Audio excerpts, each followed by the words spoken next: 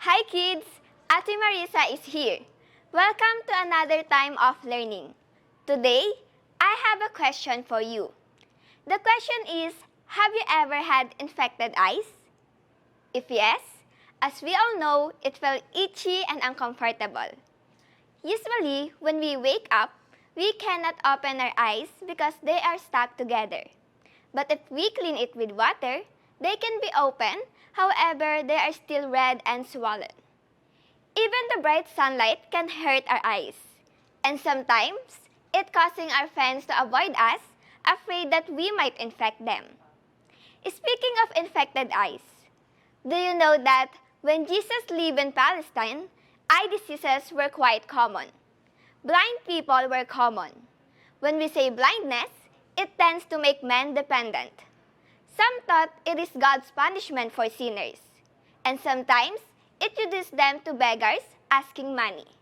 Now kids, let's hear the story about how Jesus helped people who called him with faith and hope. Let's go!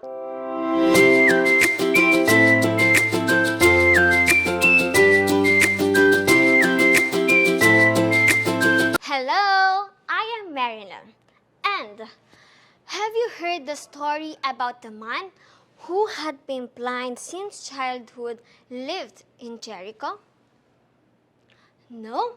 Alright. Now, I will tell you a story about the blind son of Timaeus.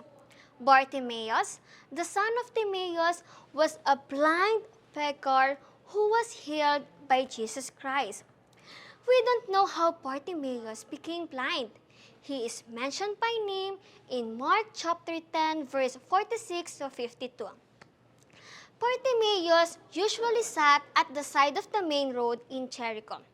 He was sitting on the side of a road when Jesus was walking through.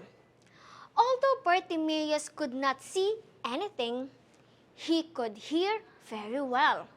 One day, he heard the name mentioned which he remembered ever after. It was Jesus of Nazareth, who was also called the Son of David.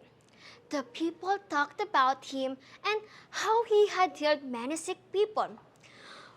I wonder if he could also give sight to blind people, Bartimaeus asked himself. One day, when he heard that it was Jesus of Nazareth, he became very excited. He began to shout, "Jesus, Son of David, have mercy on me!" Many rebuked him and told him to be quiet.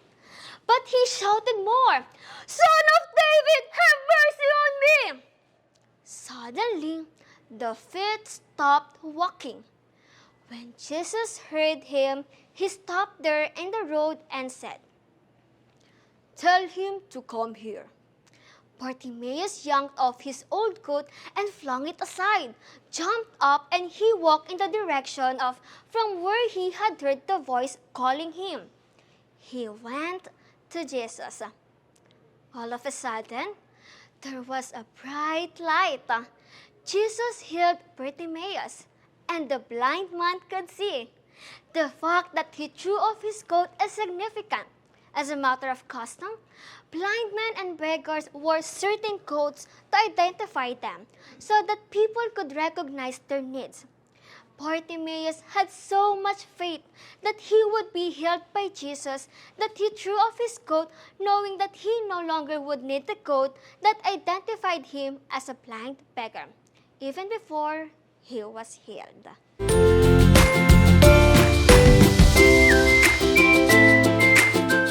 Hi kids! Did you like the story?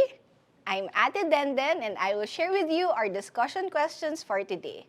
Number 1, who did Jesus heal to receive his sight? Number 2, what promise came true to him? And number 3, Jesus gave us eyes to see. What are you thankful for to see? Our discussion questions are also flashed on our screens.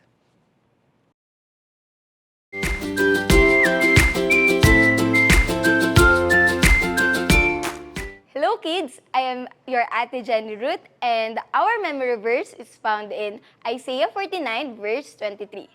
Those who hope in me will not be disappointed. Okay, let's do it with actions.